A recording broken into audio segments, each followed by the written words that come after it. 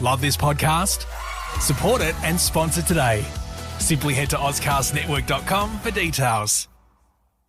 Isabella has arrived with Sarah, her mummy.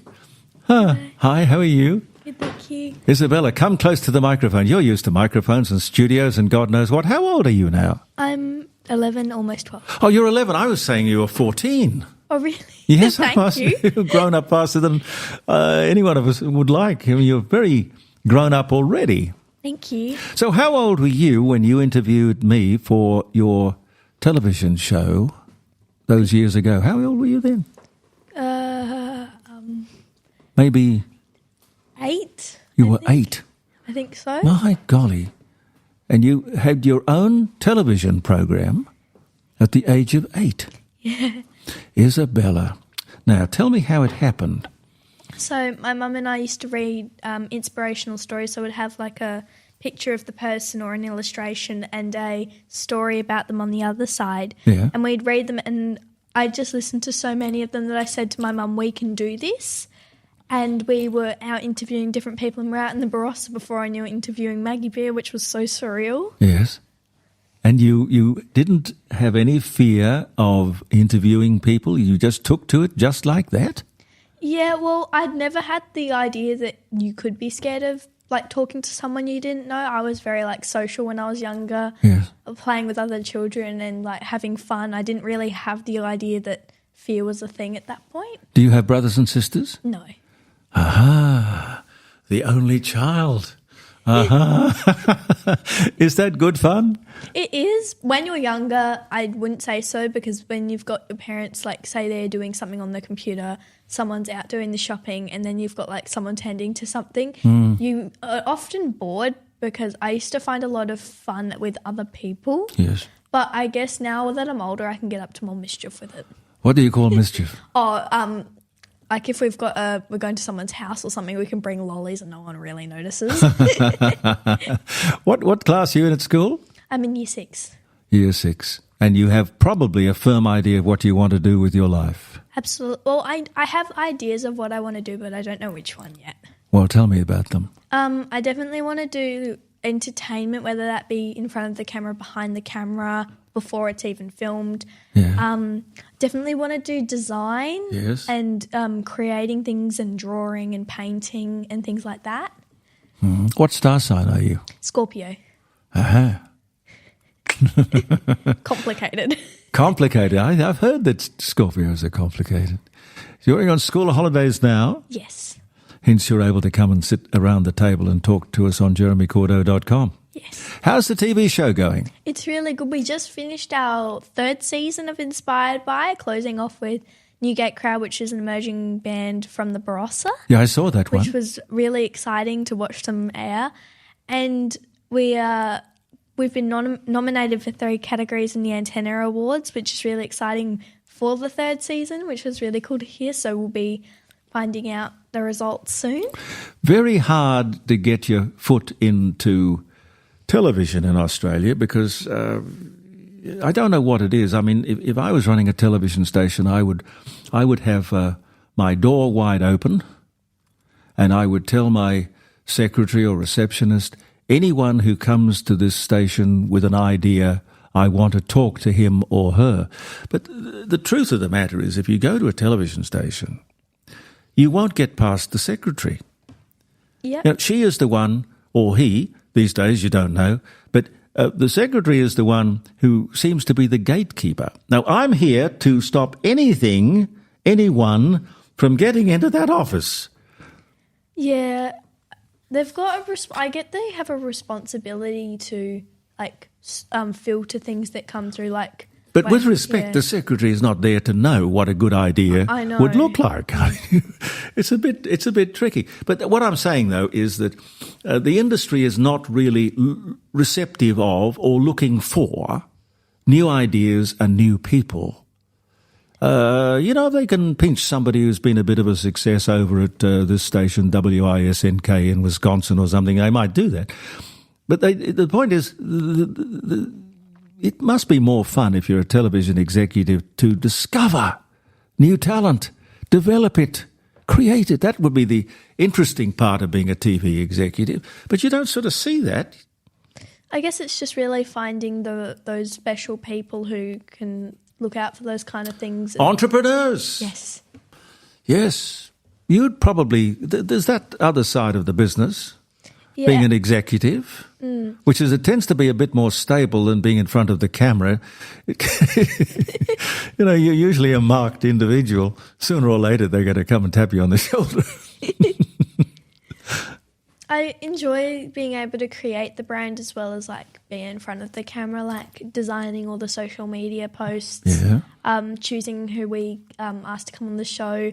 And I do agree that not an executive, but whatever our version of it is, discovering those kind of people is exciting because you get to research them. You basically know them as well as they know themselves. Yes.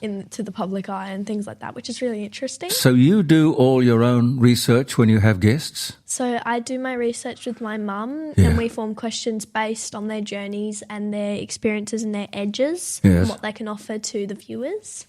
Have you ever had a dud? I hope I wasn't it. No, you were not. We've never had a dud. I wouldn't say that. Everyone's got some really good talent and gold, I guess, to offer. We like to say it's gold when there's those really key points or quotes that come for the people. It's really great because it has something to offer them, and that's why we do it. We don't do it for just to meet cool people. We do it to share their stories with other people, and that's why we do it. Is it hard to get people to talk? It's an art, to get people to open up.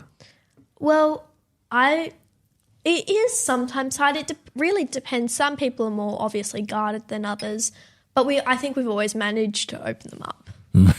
She said with a sly grin. Do you allow your guests to have a no-go area? If somebody says, I don't want to talk about... Yes, definitely. We never want to push for personal things. We've had a couple of cases where we've just had to cut stuff out, but that's fine. We totally understand. It's because even if we cut that out, it's not getting rid of any content. It's just for their own comfort to know that that's not in there. But I think it doesn't affect the quality whether you have it in there or not. No. And you're really 11? Yes. Wow. Do you feel that you've probably grown up too quickly? Well, I was talking to my mum on the way here, and it was like can't remember how many days, but I said to my mum, I've only got this many days of primary school left. That's scary. I remember when I met my best friend in reception. Yeah. I guess no matter how old you are, even if you're 6, you remember when you were 3 and you remember, oh my gosh, that time's gone quickly. I know. It is scary when you think about the time passing as quickly as that. It's sort of like your life whizzing before you. Talking about people who are difficult, they do stick out in your mind, even perhaps more than the people who are brilliant. I remember I talked to, do you know who Robert Mitchum is? An actor from, I guess, the 40s and 50s, a tough guy. And, that was like pulling teeth. A big name, a big name in the day. And he would just say, yep, nope, yep, nope. And there was another one I remember, Gordon Lightfoot, who was a very favourite singer of mine. I think a great writer of songs, a great singer, sort of country or folk music. And I don't know, must have just got him on a bad day, and he just didn't want to talk. And finally I said, look, Gordon, it would have been better for you to simply say, I don't want to do the interview than come on and just be so damn bloody difficult. Yeah. I guess you don't really know what's going on in people's lives. Like, you might research them. Luckily, we've never had this case, but you'll research them, for example, and then you'll meet them on the day and they're not what you expect them to be. But it's not just with entertainment or interviewing, it's just in life. Like, you might see someone, say, pick a celebrity, I don't know, and you know so much about them, you're obsessed with them. You've got posters of them all over your room. And then one day you meet them and they're just mean. Yeah. I've heard of cases where, like, room attendants with celebrities, they go to serve them and they say, that person was horrible. So you really don't know what goes behind the camera. Yes. You're right. Perfectly astute and right. I had this idea, being a fan of Gordon Lightfoot, I had this idea that he would be just the most wonderful person to talk to. So I sort of built it up in my own head. Maybe it was sort of partly my fault. Who had the idea, by the way? You told me how the Inspired By came about. How did you take it from the idea to the TV screen? How did you do that?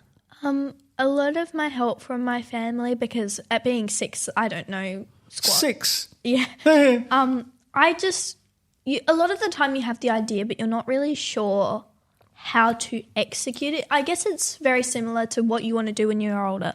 Like, there's this, a certain number of jobs, accountant, doctor, dentist, all those kind of things. And then you know what you like doing, but you don't necessarily know there's a thing to do with it. You just think, say you don't know what an artist is. I know that sounds ridiculous, but it can still happen. You really love drawing and painting, but your parents say you need a job, but you don't know there's a job that supports what you love doing. I guess it's just really showing people that that's out there for them. Yes. But I can't get my mind around. You come through the door at Channel 44 and you're 6 years old and you say, I have this gee whiz idea called Inspired By and I want to go on air with it. It wasn't quite like that. We first started posting our things on YouTube, and those were the very early interviews that had terrible editing, terrible audio, all those kind of things when you start out. I know what that's like. I've done it in the garage. I know exactly what that's like. And I think, was it our second or first season that went on Channel 44? First. So after, I think we found out about community TV, and then we're like, well, this is perfect. This is for the community, for our local, not necessarily local, but our catchment area. Yes. And we're now airing on Channel 44 Adelaide and Channel 31 Melbourne, which is really great, sharing our stories with the community. You're national. Almost. Yeah, well, two city, Yeah. the twin city, Inspired By. I think that will work. How many episodes have you done? Episodes, that's a good question. I know how many have been in this season. We had 6 episodes, 22 episodes. 22 episodes, right. You fit it in with your schoolwork and the other things that you probably have to do as routine? Yeah, I guess it's just really all about time management. I think it's something you get better at as you get older and more experienced. When you have so many things on, you just have to make the space. You have to. It's not like a choice. So no. I guess it's a really good thing to learn for when you're older as well. Yeah. Do you when you are interviewing the people, do you script yourself? I can't remember. You have talked to me. I can't remember whether you had a clipboard or something like that you referred to. Yeah. So we don't just write the questions and practice those. We like to learn about the people, because if they bring something up, it's all a conversation, the interview. It's not like you read the clipboard and then you get them to answer. Absolutely. Because that's not entertainment. No. If they say This girl is good. And here's a good example. Finnegan Kruckemeyer, he's a playwright. And we didn't have I don't think we had any questions about his stand-up comedy, but he said something, and because I'd done the research, I knew, and I said, is that what triggered your stand-up comedy? And that's one of the best questions in the interview, yet it wasn't scripted. No. So I guess you just have to know the person inside out. The wonderful thing, though, is that every interview you do, you learn something more. Definitely. And the trick is, the one thing I suppose in all the years I've been doing it, the one thing that I think is paramount is that you listen. Definitely. If you're so busy reading your clipboard to find out what your next question is, there could have been something that was said that would have led much more wonderfully onto another question. I've seen a lot of those interviews where there was this one interview that we were watching, because we watch other people interviewing the person we're about to interview. Yeah. She was the person, I can't remember if it was a he or she, but they were reading questions off their phone. Oh, God. Yeah. I was watching it, and I'd never seen something like that. I'd seen people reading them off of palm cards, books, all that kind of stuff. You've got to do it from your head and your heart, and listen, and listen, and listen, and listen. There was one episode I remember, which was a salutary lesson, I must tell you. I got an opportunity to appear on the midday show on Channel 9 when Ray Martin was doing it. And I was very happy. I thought, well, my national exposure, this is good. I'll grab this. And that was fine. And they flew me up to Sydney, and I went to the Channel 9 green room.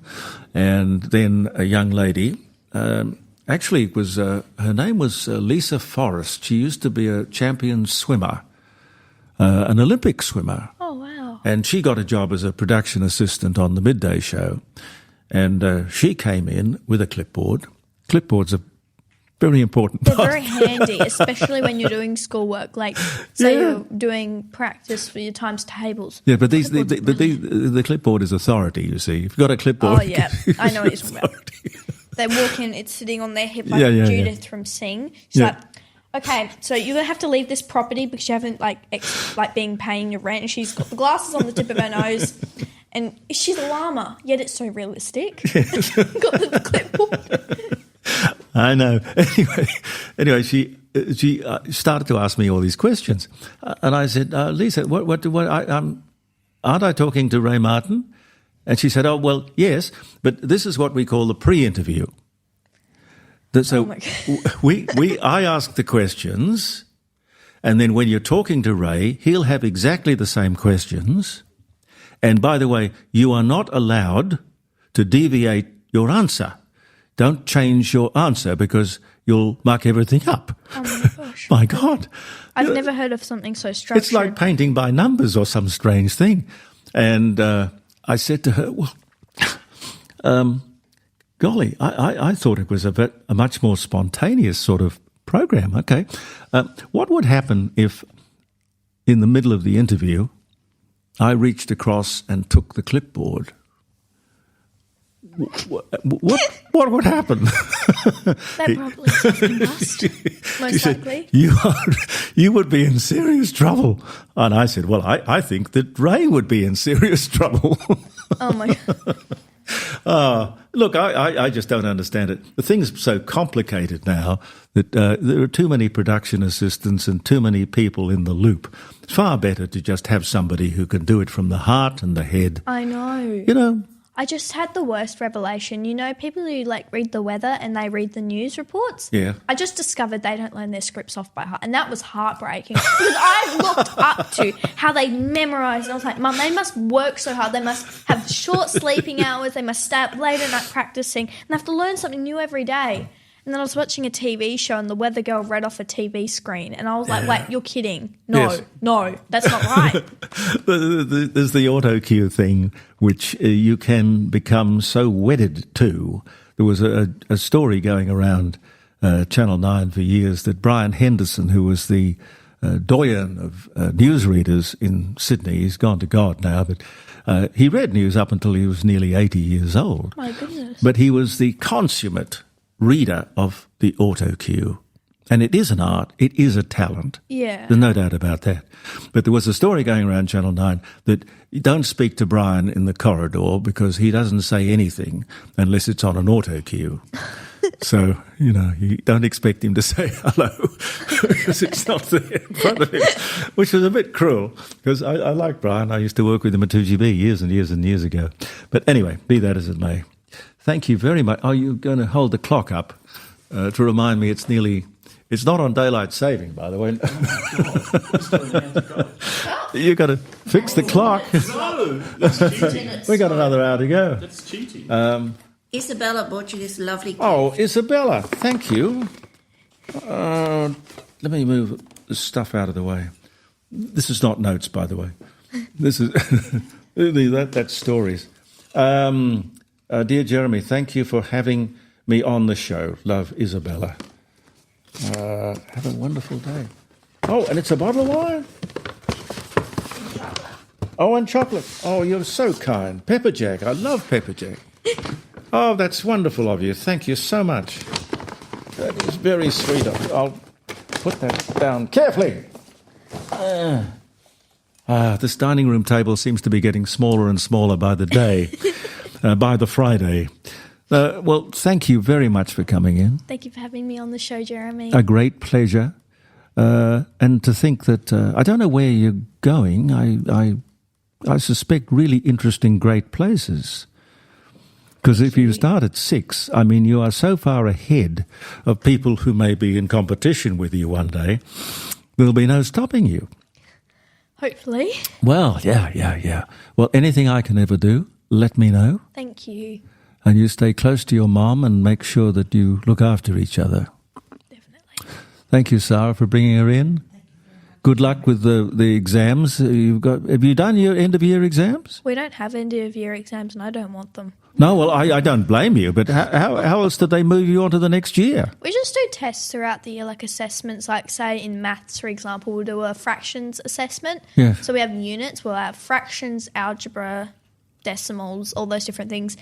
And instead of having one big exam at the end of the year, we do it in points so we remember all the information. Okay, that sounds like a better system. Because They used to do exams. Yeah. Oh, gosh. Okay. Don't tell them, they might want to bring it back. No. The trouble with the exam is that it is a hurdle. It's a thing that has so much anxiety connected with it. And the thing about anxiety is it always gets in the way of your performance. You worry more and it stuffs up the whole thing, which we don't in life want to do. Lovely to see you, Isabella. Lovely to see you too. Good luck in all you do. Hello, I'm Ray Martin. You're listening to Jeremy Cordeaux, and I hope you're loving the show as I do. Oh, bless you. Love this podcast? Support it and sponsor today. Simply head to AuscastNetwork.com for details.